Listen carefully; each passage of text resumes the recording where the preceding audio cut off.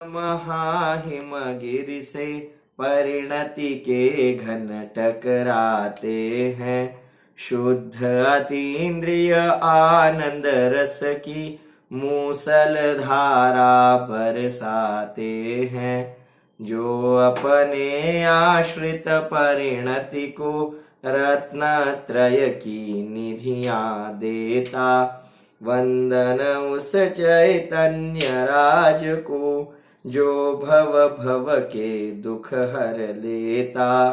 वंदन उस चैतन्य राज को जो भव भव के दुख हर लेता।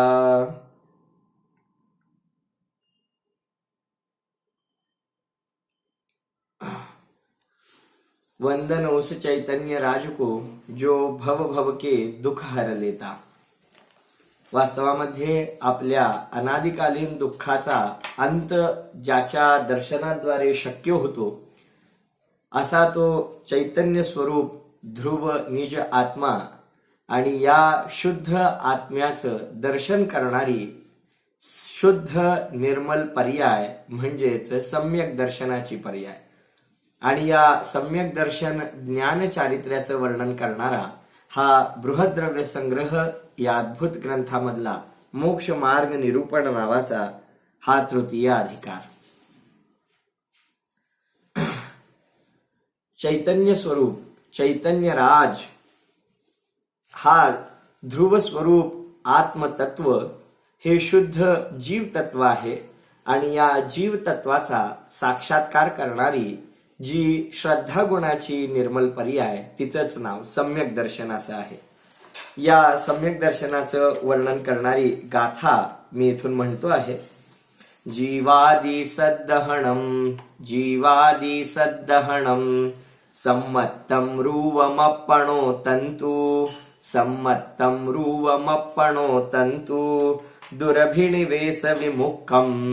दुरभिनिवेश विमुक्कम नाणं सम्मंखुहो दिसदिजं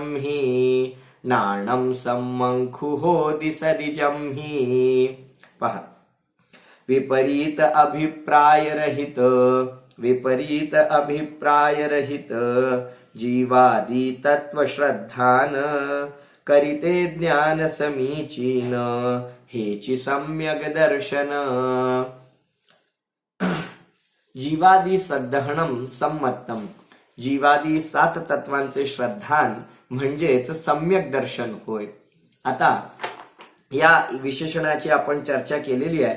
आपण या सम्यक दर्शनाचा पुढचा विशेष जाणून घेतो आहोत, तो म्हणजे सम्मत्तम रूवमप्पणो। हे सम्यक्त्व अप्पणो रूवम म्हणजे आपलं रूप आहे, आपलं स्वरूप आहे, आपला स्वभाव आहे।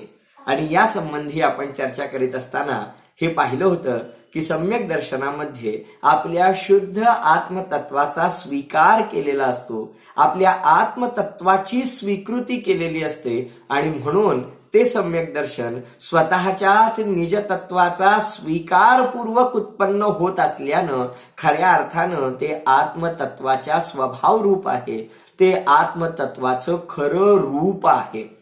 जोपर्यंत स्वतःच्या सत्तेचाच स्वीकार होणार नाही तोपर्यंत सम्यक दर्शनाची उत्पत्ती होऊच शकत नाही।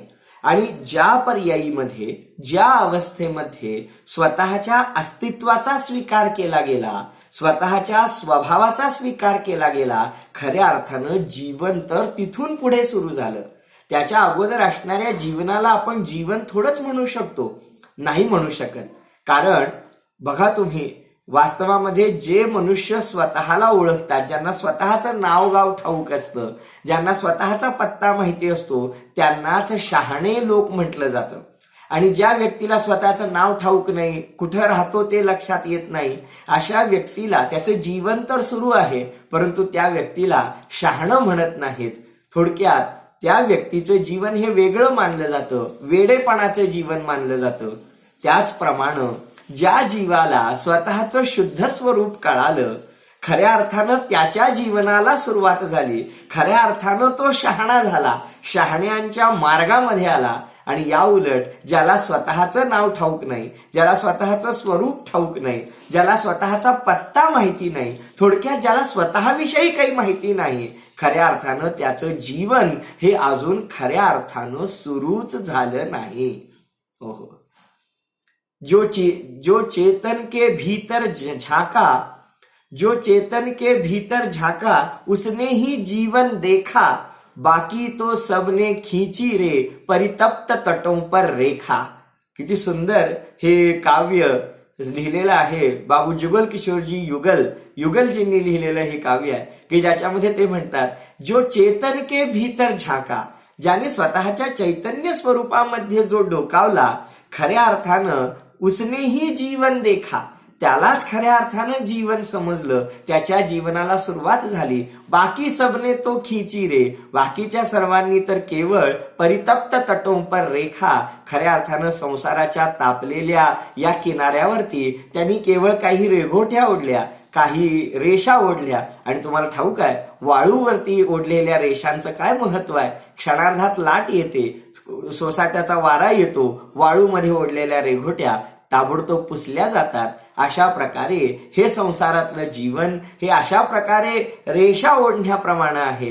खऱ्या अर्थानं जो चैतन्य स्वरूपामध्ये डोकावतो, म्हणजेच जो चैतन्य स्वरूपामध्ये स्वतःला निमग्न करतो, खऱ्या अर्थाने त्यालाच जीवन म्हणजे काय कळतं. आणि म्हणून जीवन त्यांना कळले हो, जीवन त्यांना समजतं की ज्यांना स्वतःच्या चैतन्य स्वरूपाचा साक्षात्कार होतो. आणि ते साक्षात्कार होणं, त्याची सुरुवात, त्याचा प्रारंभ म्हणजेच सम्यक दर्शन होय. समजतंय का? येथे सम्मतम अपणो रुवम या शब्दातून काय सांगायचं आहे? मला तर किती सांगू आणि किती नको असं होतं, कारण सम्यक दर्शनाचं हे अलौकिक स्वरूप आजपर्यंत आम्ही समजावून घेतलं नाही, त्यामुळे त्याची महिमा आली नाही. त्याची महिमा आली नाही म्हणून ते प्राप्त करावंसं वाटलं नाही, आणि प्राप्त करावंसं वाटलंच नाही म्हणून त्याची प्राप्ती करण्याचा पुरुषार्थ घडला नाही, आणि पुरुषार्थ घडला नाही म्हणून ते प्राप्त झालं नाही. काय सांगितलं बाबा रे? सम्यक दर्शनाची खरी महिमा जर समजली तर मग त्याच्या प्राप्तीचा पुरुषार्थ घडेल, आणि पुरुषार्थ घडेल तर त्याची प्राप्ती पण होईल.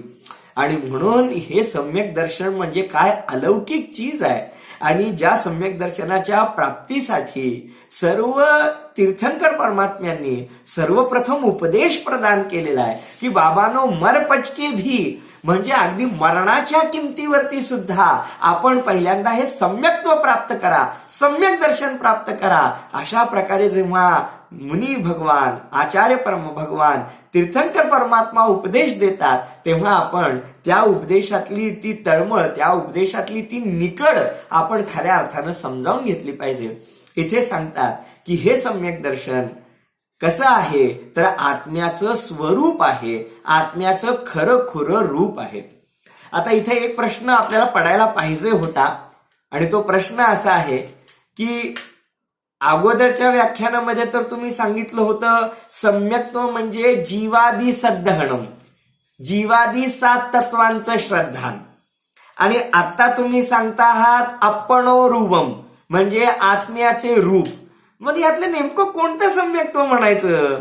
7 तत्वांच्या श्रद्धान याचं नाव सम्यक्त्व आहे काय? आत्म्याचं रूप, आत्म्याचं स्वरूप याचं नाव सम्यक्त्व आहे? नेमकं सम्यक दर्शन कुणाला म्हणायचं? बोला, काय आहे उत्तर? बाबा रे, या दोन्हींचं स्वरूप एकच आहे. म्हणजे 7 तत्वांचं श्रद्धान याला सम्यक दर्शन म्हणतात. ही व्यवहार नयाने केलेली व्याख्या आहे. आणि आत्म्याचा स्वभाव, आत्म्याचं स्वरूप म्हणजे सम्यक दर्शन आहे, ही निश्चय नयाने केलेली व्याख्या आहे. आता हे व्यवहार नय आणि निश्चय नय म्हणजे काय? जो स्थूलपणाने कथन करतो, जो उपचाराने वर्णन करून सांगतो, त्याला व्यवहार नय असे म्हणतात. आणि जो कोणती लाग लपेट न करता डायरेक्ट जसं आहे तसं पूर्णांशानं वर्णन करतो, अभेद रीतीनं वर्णन करतो, त्याला निश्चय नय असे म्हणतात. समजतंय?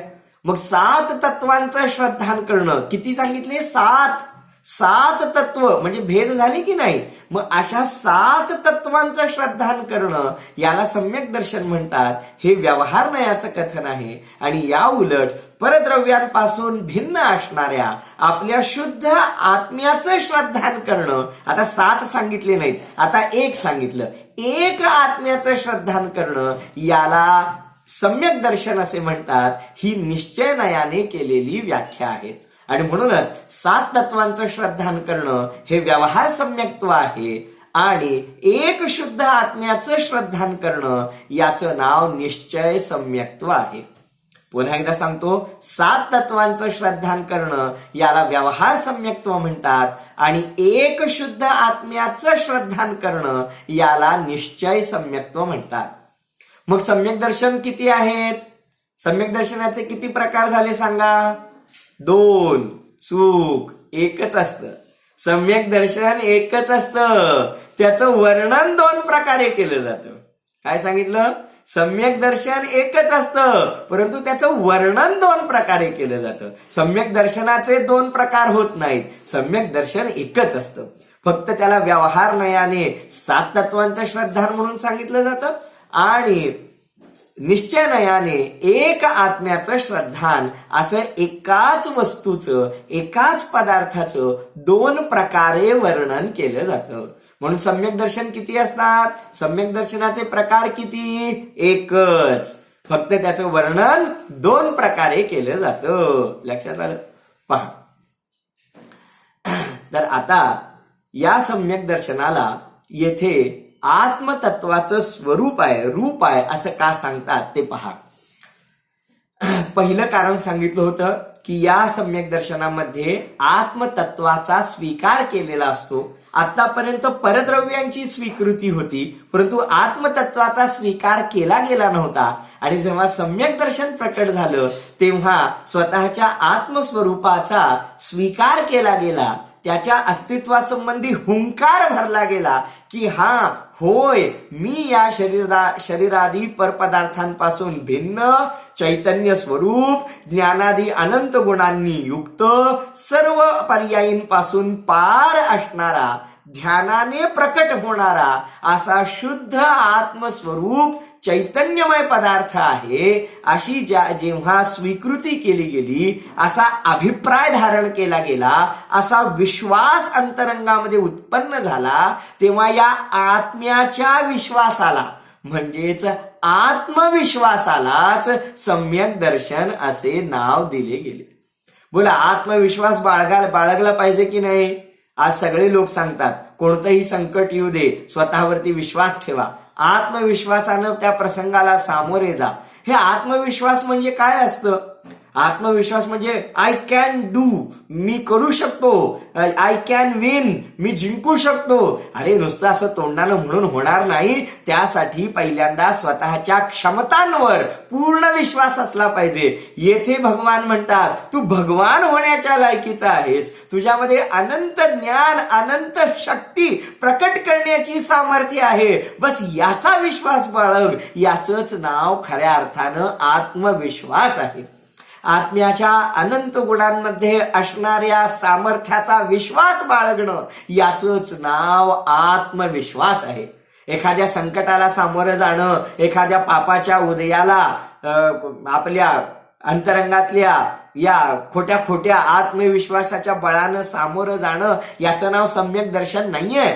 बोला, या थोड्याशा धैर्याचं, या धाडसाचं, थोड्याशा सोशिकतेचं नाव की ज्याला सगळं जग आत्मविश्वास म्हणतो, सेल्फ कॉन्फिडन्स म्हणतं, त्याचं नाव सम्यक दर्शन नाहीये. हो, मग सम्यक दर्शन कशाचं नाव आहे? आत्मविश्वास कशाचं नाव आहे? मी अरिहंत आणि सिद्ध भगवंतांप्रमाणे सदाकाळ शुद्ध रूप राहणारा एक चैतन्य रूप आत्मा आहे की ज्याला पापाचा उदय आणि पुण्याचा उदय दोन्हीही स्पर्शूच शकत नाहीत. मी या संसारामध्ये खऱ्या अर्थाने बुडून जातच नाही. या दुःखापासून मी अस्पृष्ट राहणारा अशा प्रकारे एक ध्रुवरूप पदार्थ आहे, अशा प्रकारची धारणा करणं आणि सर्व प्रकारच्या कर्मांच्या उदयापासून स्वतःला भिन्न पाहणं, याचं नाव खऱ्या अर्थानं सम्यक दर्शन आहे.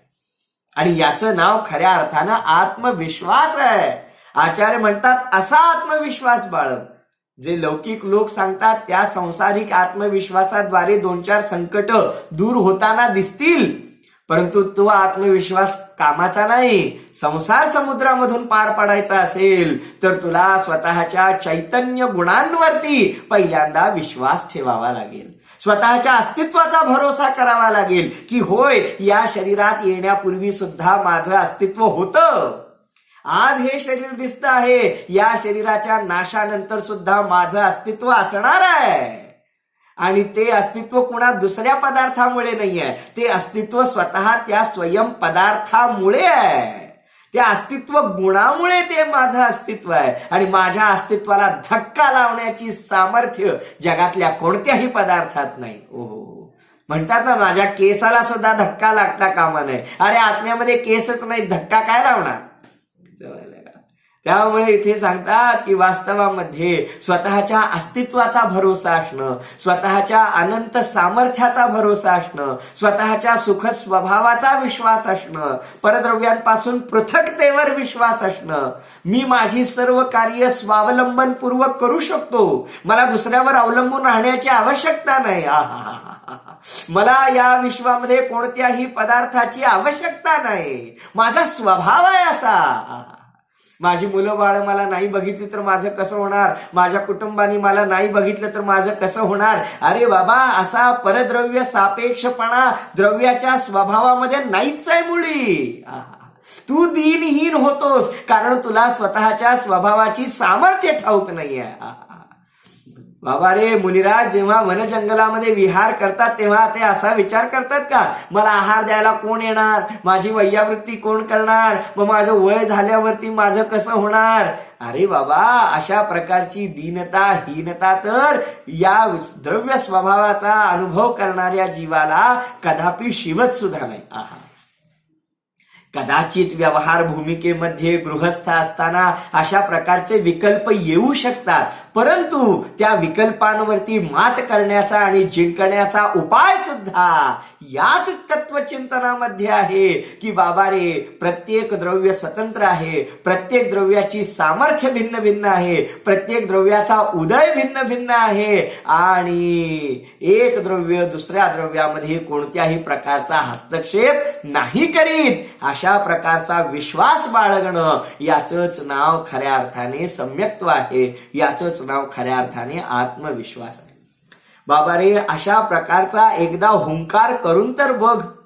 खरोखर आपल्या कर्मांच्या उदयामध्ये कुणीही वाटेकरी होऊ शकत नाही. बोला, सख्खी जन्म देणारी जन्मदात्री आई सुद्धा आमच्या कर्मांच्या उदयामध्ये वाटेकरी होऊ शकत नाही. 7 फेरे जिने आमच्या सोबत घेतले ती आमची पत्नी अथवा पती आमच्या कर्मांच्या उदयामध्ये वाटेकरी होऊ शकत नाही. आम्ही ज्या मुलांना तळ हाताच्या फोडाप्रमाणे जपलं, बोला, ते आमचे मुलगे, ते आमचे अपत्य संतती ही आमच्या कर्मांच्या उदयामध्ये वाटेकरी होऊ शकत नाही. बोला, आमच्या पापाच्या उदयाला ते नाही वाटणी करून घेऊ शकत, नाही भोगू शकत. इच्छा असून सुद्धा, आजकाल त्यांची इच्छाच नसते हे सोडून द्या, परंतु इच्छा असून सुद्धा कुणीही आमच्या सुखदुःखामध्ये वाटेकरी होऊ शकत नाही. हा प्रकृतीचा सनातन नियम आहे, हे वस्तू स्वातंत्र्य आहे. आणि हे समजावून न घेतल्यामुळे आम्ही सदाकाळ आमच्या सुखदुःखामध्ये कुणीतरी सहभागी होणारे नेहमी शोधत राहतो आणि हा शोध आमचा कधी संपतच नाही आणि आम्ही सदा अतृप्त अतृप्त अतृप्त राहतो. अडचण मोठी कोणती आहे, काय एकांत फार आहे हो, एकटेपणा फार आहे, कोण आमच्या सोबत नाही. कशाला पाहिजे तुला कोण सोबत. बोला बाबा रे, दुसऱ्याच्या सोबतीची आणि संयोगाची इच्छा करणं ही तर निगोदाची इच्छा करणं आहे. की जिथे ज्या निगोदामध्ये अनंत जीव एका शरीरात राहतात, एकमेकांचा संग करतात. बाबा रे, हा असंग स्वभावी आत्मा, हा एकत्व स्वभावी आत्मा, हा अलिप्त निर्लिप्त स्वभावी आत्मा या एकत्व स्वरूप एकांत स्वरूप आत्म्याचं स्वरूप समजावून घेतलं असता तुला इतरांच्या संघाची आवश्यकता पडणार नाही. तुला वास्तवामध्ये इतर संगतीची अनिवार्यता भासणार नाही, ज्यामुळे तुझ्यामध्ये हीनता येणार नाही. कोणताही संयोग मग तो कितीही उत्कृष्ट असो, तो संयोग आहे, त्याच्यामध्ये वियोग निश्चित आहे. आणि म्हणून असा संयोगांशी आश्रितपणा जीवाला दुःखास आणि दुःखासच कारणीभूत आहे. बोला काय अद्भुत आहे बाबा रे. कोणत्याही गणधर परमात्म्यांना तीर्थंकरांचं निर्वाण होण्या अगोदर निर्वाण होत नाही. बोला होतं का? नाही होत. का होत नाही? कारण तीर्थंकर परमात्म्यांचं निर्वाण झाल्यानंतर गणधरांना निर्वाण होतं. कारण त्या गणधर परमात्म्यांना बोला सहजच त्या जिनवाणीविषयी असा अनुराग असतो, त्या तीर्थंकर परमात्म्यांविषयी असा भक्तीचा भाव असतो हो की तो भक्तीचा विकल्प तो अनुरागाचा विकल्प त्यांचा मोक्ष होऊ देत नाही. बोला काय अद्भुत आहे. म्हणून तीर्थंकर परमात्म्यांचा पहिला मोक्ष होतो आणि त्यानंतर तो मोहाचा तंतू तुटून मग या जीवाचा असा पुरुषार्थ घडतो की ते सुद्धा अशरीरी दशेला प्राप्त होतात. बोला मग तीर्थंकरांसंबंधीचा सुद्धा भक्तीचा भाव जेथे संसारामध्ये राहण्यास कारणीभूत असेल, तिथे पत्नी संबंधी, माता पित्यांसंबंधी, मुलाबाळांसंबंधी, धनसंपत्ती संबंधीचा रागभाव या जीवाला कशा प्रकारे प्रशस्त असू शकेल, कशा प्रकारे मोक्षास कारणीभूत असू शकेल, कदापि होऊ शकत नाही. आणि म्हणून हे सगळे परिणाम आत्म्याचे स्वरूप असू शकत नाहीत, स्वभाव असू शकत नाहीत. या सर्व भावांपासून भिन्न असणारा वीतराग स्वरूप असणारा सम्यक दर्शनाचा अंश बाकी हा वीतराग स्वरूप असल्यामुळे, शुद्धोपयोग स्वरूप असल्यामुळे, शुद्ध परिणती रूप असल्यामुळे तो आत्म्याचं स्वरूप आहे. म्हणून येथे म्हणतात सम्मत्तम अप्पणो रुवंतु, हे सम्यक्त्व आत्म्याचं रूप आहे. बघा लक्षात येतं का? काय काय सांगण्याचा प्रयत्न करतोय लक्षात येतोय. खूप पसरून जाऊ नये व्याख्यान, नाहीतर मग मूळ विषय शोधत बसावा लागेल. नेमकं आज काय सांगितलं कुणास ठाऊक. तर असं नको व्हायला. नेमकंपणा मी काय सांगण्याचा प्रयत्न करतोय की हे सम्यक दर्शन आत्म्याचं रूप आहे. मग याला आत्म्याचं रूप का म्हणायचं? कारण खरोखर ते आत्म्याच्या आश्रयानं प्रकट होतं, ते आत्म्याच्या स्वभाव रूप आहे. बोला अद्भुत. बोला आपलंच मूल पहिली दुसरी चौथी शिकतं आहे संजयजी. समजा आपलं मूल आहे 4वी-5वी मध्ये शिकतं आणि ते खूप अभ्यास करतं आणि पहिला नंबर काढतं. त्यावेळी काय करतो पिता? माझा मुलगा माझा मुलगा माझा मुलगा करतो की नाही? बोला आणि तो खेळामध्ये गेला, खेळामध्ये त्यानं टॉप पहिला नंबर काढला. पिता काय म्हणतो? माझा मुलगा माझा मुलगा माझा मुलगा. बोला करतो की नाही? आणखी 4 स्पर्धांमध्ये गेला, खूप चांगलं काम केलं, बोला लोकांचं मन जिंकलं, तर लोक म्हणतो माझा मुलगा. बोला आणि तोच मुलगा जेव्हा चोरी करतो, सापडतो, त्यावेळी हा म्हणतो माझा मुलगा. नाही आता नाही म्हणत, आता नाही म्हणत. बोला का नाही म्हणत? काय प्रॉब्लेम आहे? बोला चोरी केल्यानंतर म्हणतो नाही आता छाती ठोकपणे म्हणत नाही. बोला काही शिव्या घालतो, काही अपशब्द बोलतो, कुकृत्य करतो. बोला तर त्यावेळी हा म्हणत नाही माझा मुलगा. मग त्याचा मुलगा नाहीये का? आहे, परंतु पित्याचं समर्थन हे नेहमी चांगल्या गोष्टीसाठी असतं, वाईट गोष्टीसाठी कदापि तो समर्थन करीत नाही. समजलं का? मग येथे जीवाचे जे विकारी परिणमन आहे, समजतंय थोडंफार? जीवाचं जे विकारी परिणमन आहे, जीवाचं जे कषायुक्त परिणमन आहे, जीवाचं अशुद्ध परिणमन आहे, जीवाचं जे पुण्य पाप रूप परिणमन आहे, त्या परिणमनाला, विकारी परिणमनाला, संसार रूप परिणमनाला आत्म्याची स्वीकृती कशी असेल? आत्म्याचं स्वभाव रूप परिणमन कसं असेल? नाही त्याला या आत्म्याचं समर्थन असू शकत नाही. पण या उलट जे विकारांनी रहित, पाप पुण्याने रहित, विकल्पांनी रहित, कर्म कलंकांनी रहित, कषायांनी रहित, शुद्ध रूप असं जे जीवाचं सम्यक दर्शन रूपी परिणमन आहे, त्याला बाकी आत्म्याचं समर्थन असणार आहे. का असणार आहे? कारण ती जीवाची निर्मळ पर्याय आहे, ती जीवाची शुद्ध पर्याय आहे, जीवाची स्वभावाला अनुकूल पर्याय आहे, त्याला जीवाचं समर्थन असणार आहे. आणि म्हणून येथे म्हणतात की ते सम्यक दर्शन जीवाचं, आत्म्याचं, स्वतःचं रूप आहे. पुन्हा एकदा सांगतो, किती लोकांना समजलं मला थोडीशी शंका वाटते म्हणून मी रिपीट करतो.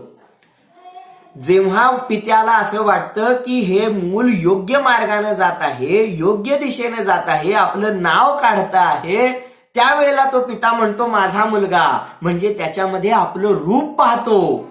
आणि या उलट तो चुकीच्या दिशेने जातो, वाम मार्गाने जातो, कुकृत्य करतो, त्यावेळी तो पिता त्याच्यामध्ये आपली छवी पाहत नाही, आपलं प्रतिबिंब पाहत नाही. तो म्हणतो नाही नाही, हे काय तर चुकीचं चाललंय, हे माझं हा माझा पुत्रपणा असू शकत नाही, आणि म्हणून तो त्याचा निषेध करतो. त्याप्रमाणे येथे सांगतात हे जे सम्यक दर्शन आहे, हे जे सम्यक ज्ञान आहे, हे जे सम्यक चारित्र्य आहे, हे सर्व जीवाच्या स्वभाव रूप आहेत. आणि स्वभाव रूप असल्यामुळे ते आत्म्याचं शुद्ध परिणमन आहे, आणि म्हणूनच त्याला आत्म्याचं रूप सांगितलेलं आहे. जेव्हा एक प्रश्न विचारतो, बघूया किती लोकांना सांगता येतं. जेव्हा सम्यक दर्शन प्रकट होतं ना, तेव्हा ते सम्यक दर्शन नेमकं कुठं प्रकट होत असेल? म्हणजे सम्यक दर्शन उत्पन्न होणार आहे, पूर्वी नसतं. अनादी काळापासून जीवाकडे सम्यक दर्शन नाहीये, मिथ्या दर्शन आहे. का? संसार रूप आहे.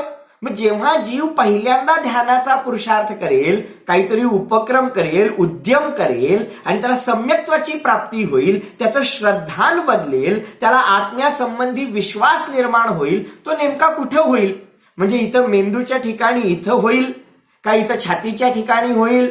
बोला, का इथं कपाळाच्या मध्ये होईल का, इथं बरोबर छातीच्या मध्ये होईल का, इथं तळ हातावर होईल का, पाठीत होईल का, पोटात होईल? नेमकं सम्यक दर्शन कुठं होईल असं वाटतं तुम्हाला?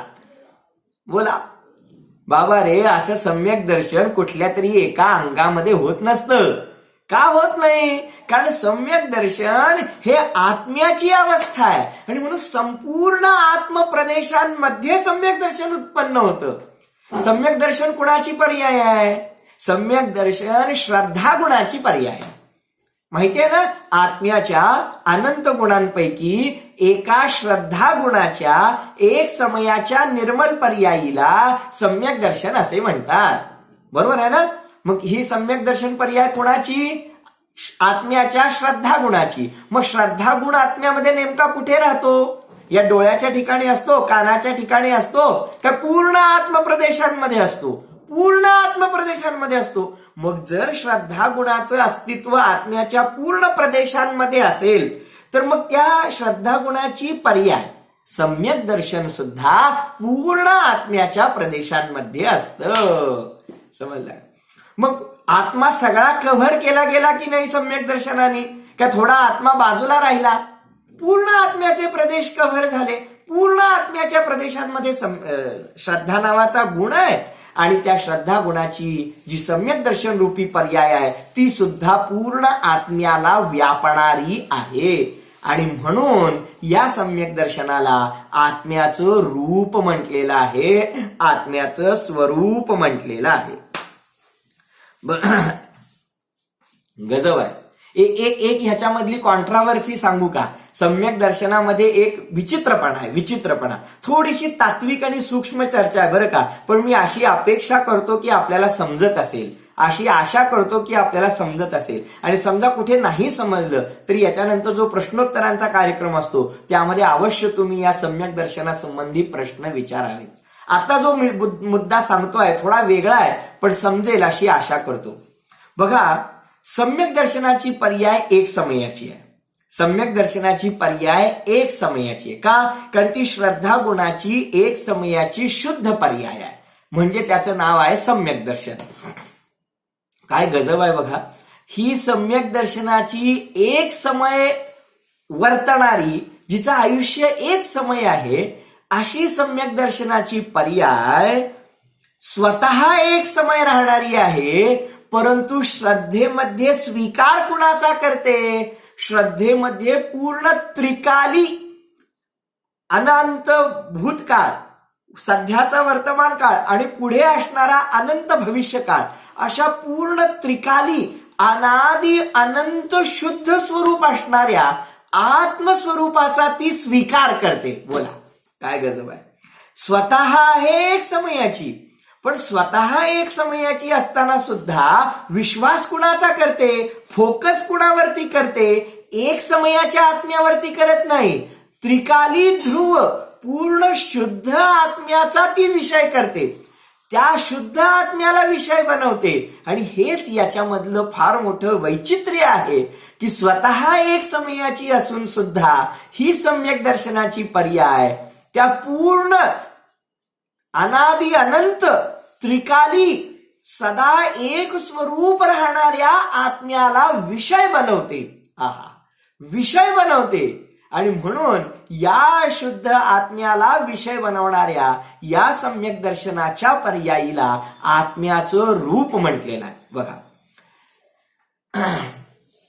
तुम्ही सर्वांनी श्रवण बेळगोळाच्या त्या गोमटेश्वरांचं दर्शन केलं असेल. निश्चितच आपण तितके भाग्यशाली आहोत की आपल्याला साक्षात गोमटेश्वरांच्या दर्शनाचा लाभ मिळालेला असेल.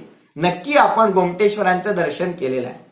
कित्येक वेळेला आपण फोटो पण काढून आणतो. निश्चितच तुमच्या मोबाईलमध्ये सुद्धा फोटो असतील किंवा घरामध्ये फोटो लावलेला असतो, होय ना. भगवान बाहुबलींचा फोटो लावलेला असतो की नाही गोमटेश्वरांच्या.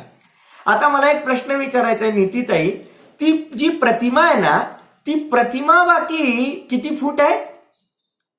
किती उंची किती आहे गोमटेश्वरांच्या प्रतिमेची? बाहुबली जवळपास 57 फुटांची प्रतिमा आहे, है ना. 57 फूट प्रतिमा आहे. आणि जेव्हा आपण तिचा फोटो घेतो आणि घरामध्ये लावतो, तो सुद्धा 57 फुटांचा असतो, बरोबर की नाही? नाही. अहो, असं कसं 57 फुटांचा फोटो कसा लावता येईल? नाही लावता येणार. मग काय करावं लागतं?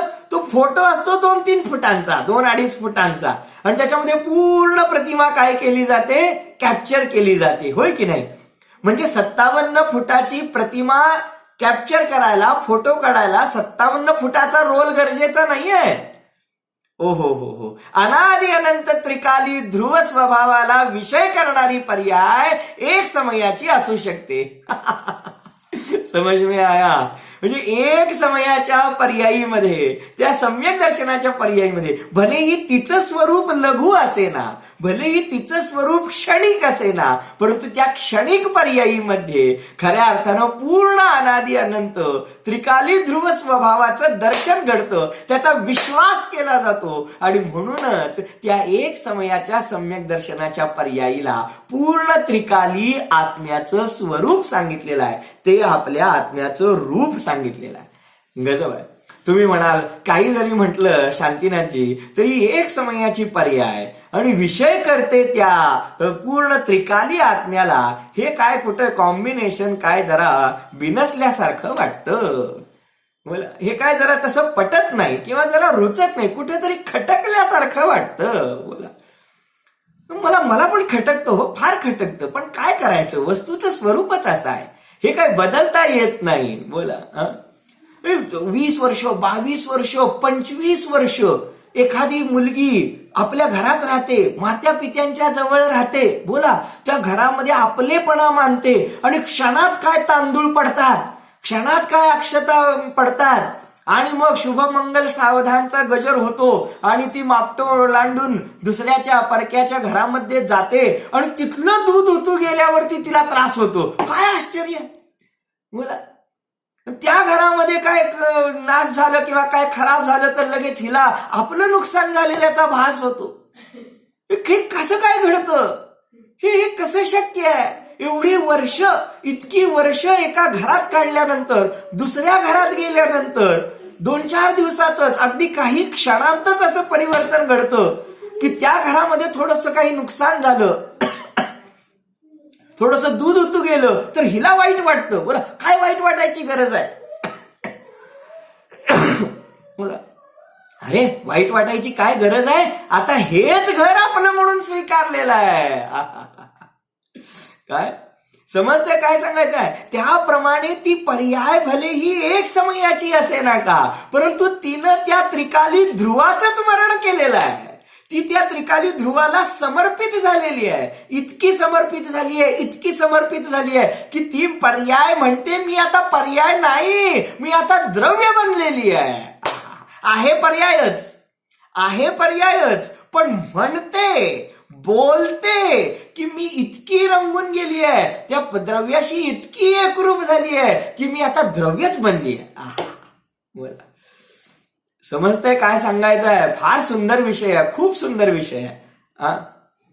बोला त्या श्रीकृष्णाचं भजन रचणारी कोण होती की जिनं त्या श्रीकृष्णावरती भरपूर भजनं लिहिली, भक्ती लिहिली? कोण? मीराबाई. बरं, संत मीराबाईंचं नाव येतं की नाही? बरं, आणि त्या काय म्हणतात भजनांमध्ये की कोण मीरा? मी मीरा कोण ओळखत नाही, मी कृष्णच आहे. काय? मी कृष्णाचं ध्यान करता करता कृष्णाच्या त्या ध्यानामध्ये आणि कृष्णाच्या एकरूपतेमध्ये, नामस्मरणामध्ये इतकी एकरूप झाली आहे की कृष्ण आणि मी आमच्यामध्ये अंतरच राहिलं नाही, आता मीच कृष्ण आहे. स्वतःचं अस्तित्व विसरून गेली. त्याप्रमाणे ही पर्याय, ही श्रद्धा, काही लोकांना खूप त्रास होतो बरं का, हे पर्याय पर्याय पर्याय काय लावलंय? अरे पर्याय म्हणजे एक समयाची अवस्था. पर्याय म्हणजे काय? एक समयाची अवस्था जी सध्या सुरू आहे, त्या अवस्थेचंच नाव पर्याय आहे. तर ती पर्याय जी एक समयाची अवस्था रूप आहे, तर ती पर्याय त्या त्रिकाली ध्रुव द्रव्याला इतकी एकरूप झाली आहे, इतकी समर्पित झाली आहे, त्या द्रव्याला इतकी शरण गेली आहे, त्या द्रव्याचा इतका आश्रय घेतलाय की ती पर्याय मी पर्याय आहे हेच विसरून जाते, मी क्षणिक आहे हेच विसरून जाते. आणि तुम्हाला माहिती आहे, स्वतःला क्षणिक मानणं हे दुःख आहे आणि स्वतःला अनादि अनंत सुखरूप मानणं येथेच सुखाची उत्पत्ती आहे. माझ्या मते तुमच्या लक्षात आलं असेल पर्यायीमध्ये, प्रदीप कुमारजी, पर्यायीमध्ये सुख उत्पन्न कसं होतं? पर्याय जेव्हा स्वतःला पर्याय रूप मानते, पर्याय जेव्हा स्वतःला क्षणिक मानते, पर्याय जेव्हा स्वतःला एक समयाची क्षणभंगूर मानते, दुःख स्वरूप मानते, तेव्हा तेथे आपोआप दुःख उत्पन्न होतं. आणि तीच पर्याय जेव्हा स्वतःचा पर्यायपणा विसरून द्रव्याकडे दृष्टी करून मी द्रव्य रूप आहे असं मानते, तेव्हा त्या पर्यायीला क्षणिक असून सुद्धा अनादि अनंताचा आश्रय मिळाल्यामुळे त्या पर्यायीमध्ये सुखाची उत्पत्ती होते. आणि यालाच म्हणतात सम्यक दर्शन. समज में आया? आज तुम्हाला समजलं असेल की एका समयाच्या पर्यायीमध्ये दुःख का उत्पन्न होतं आणि त्याच पर्यायीमध्ये सुख का उत्पन्न होतं, कसं उत्पन्न होतं. तर त्याचं उत्तर इथंच आहे की पर्याय जेव्हा स्वतःला पर्याय रूप मानते, अवस्था रूप मानते, तेव्हा त्या अवस्थेमध्ये दुःखाची उत्पत्ती होते. आणि ती पर्याय जेव्हा द्रव्याकडे फोकस होऊन, द्रव्याकडे दृष्टी करून स्वतःला द्रव्य रूप अनुभवू लागते, तेव्हा त्या पर्यायीमध्ये आपोआपच सुखाची उत्पत्ती होते. म्हणून इतकी ती पर्याय द्रव्याकडे एकरूप झाल्यामुळेच त्या सम्यक दर्शनाला आत्म्याचे रूप म्हणून सांगितलेले आहे. समजलं का? अद्भुत आहे. खूप छान चर्चा आहे की हे सम्यक दर्शन आत्म्याचे रूप आहे. आणखी एक गजब सिद्धांत सांगतो, वेळ फार थोडा आहे, 1-2 मिनिटांमध्ये फार मोठा आणि फार गजब, फार सूक्ष्म, फार मार्मिक विषय सांगतो. अद्भुत. आज खरोखर आपण सगळेजण फार भाग्यशाली आहोत की आपल्याला हा मूळ तत्वज्ञानाचा विषय एवढ्या जोरदार पद्धतीने समजून येतो आहे. खरोखर आपणा सर्वांच्या भाग्याचं अभिनंदन करायला पाहिजे. काय विषय आहे बघा, इतका सुंदर आहे. 4थ्या गुणस्थानातल्या व्रत नसलेल्या सम्यक दृष्टी जीवाला पण सम्यक दर्शन आहे. 5व्या गुणस्थानातल्या अणुव्रतांचं पालन करणाऱ्या गृहस्थाला पण सम्यक दर्शन आहे. 6व्या-7व्या गुणस्थानात झुलणाऱ्या 28 मूलगुणांचं पालन करून नग्न राहणाऱ्या महाराजांना पण सम्यक दर्शन आहे. श्रेणी आरोहण करणाऱ्या महाराजांना पण सम्यक दर्शन आहे. अरिहंतांना पण सम्यक दर्शन आहे. आणि सिद्धांना पण सम्यक दर्शन आहे. कारण मिथ्यादृष्टी जीव सोडले तर मोक्ष मार्गी झाल्यापासून ते सिद्धावस्थेपर्यंत सर्वच ज्ञानी जीवांना श्रद्धा गुणाची निर्मल पर्याय, शुद्ध पर्याय सम्यक दर्शन असतेच असते. क्लिअर? नक्की झालं?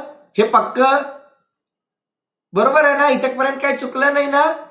बघा, नंतर तुम्ही चुकलं म्हणणार आहे म्हणून अगोदर कन्फर्म करून घेतोय. चौथ्या गुणस्थानापासून सिद्धांपर्यंत सर्वांना सम्यक दर्शन असतं. हे बरोबर की चूक? 100% बरोबर आहे. सगळ्यांना सम्यक दर्शन असतं. बरोबर आहे. प्रश्न असा आहे, सगळ्यांना समान सम्यक दर्शन असतं का वेगवेगळं सम्यक दर्शन असतं? काय? चौथ्या गुणस्थानातल्या जीवाला सम्यक दर्शन आहे म्हणजे मी शुद्ध आत्मा आहे अशी धारणा आहे. 5व्या गुणस्थानातल्या जीवाला मी जास्त शुद्ध आत्मा आहे अशी धारणा असते. मुनिराजांना मी त्याच्यापेक्षा जास्त शुद्ध आत्मा आहे अशी धारणा असते. अरिहंत आणि सिद्धांना सुद्धा मी शुद्ध आत्मा आहे अशी धारणा असते, असा विश्वास असतो, असा अभिप्राय असतो. तुम्हाला काय सांगितलं होतं? सम्यक दर्शन म्हणजे काय? परद्रव्यांपासून भिन्न मी एक चैतन्य रूप शुद्ध आत्मा आहे असा विश्वास बाळगणं, याचं नाव सम्यक दर्शन आहे. बरोबर की नाही? मग चौथ्या गुणस्थानातला जीव पण असंच मानतो मी शुद्ध आत्मा आहे. 5व्या गुणस्थानातला जीव पण मानतो मी शुद्ध आत्मा आहे. मुनी पण तेच मानतात, अरिहंत पण तेच मानतात, सिद्ध सुद्धा तेच मानतात. म्हणजे सगळ्यांचं सम्यक दर्शन एकसारखं झालं की नाही? काय वेगवेगळं आहे? बोला. ओहो, काय अद्भुत आहे. सम्यक दर्शन सर्वांचं सेम आहे, काही फरक नाही. सम्यक दर्शनाचा विषय ऐका, हो ऐका, सम्यक दर्शनाचा विषय चौथ्या गुणस्थानापासून सिद्धांपर्यंत सर्व जीवांचा एकसारखा आहे, काहीही फरक नाही. समज मी आया? तुम्ही म्हणाल असं कसं? काहीतरी फरक असायला पाहिजे की. काय फरक करणार? म्हणजे चौथ्या गुणस्थानातला जीव मी थोडा शुद्ध आत्मा आहे असं मानायला पाहिजे, मुनिराज जरा मी जास्त शुद्ध आत्मा आहे मानायला पाहिजे, आणि अरिहंत तर मी परिपूर्ण शुद्ध आत्मा आहे असं मानायला पाहिजे. असं होईल का कधी? सम्यक दर्शनामध्ये मी थोडा शुद्ध आत्मा आहे असं मानून चालेल का? का मी पूर्ण शुद्ध आत्मा आहे असं मानायला पाहिजे? मी पूर्ण शुद्ध आत्मा आहे अशीच धारणा असते. आणि याद्वारे आज आपल्याला फार मोठा छान सिद्धांत समजला.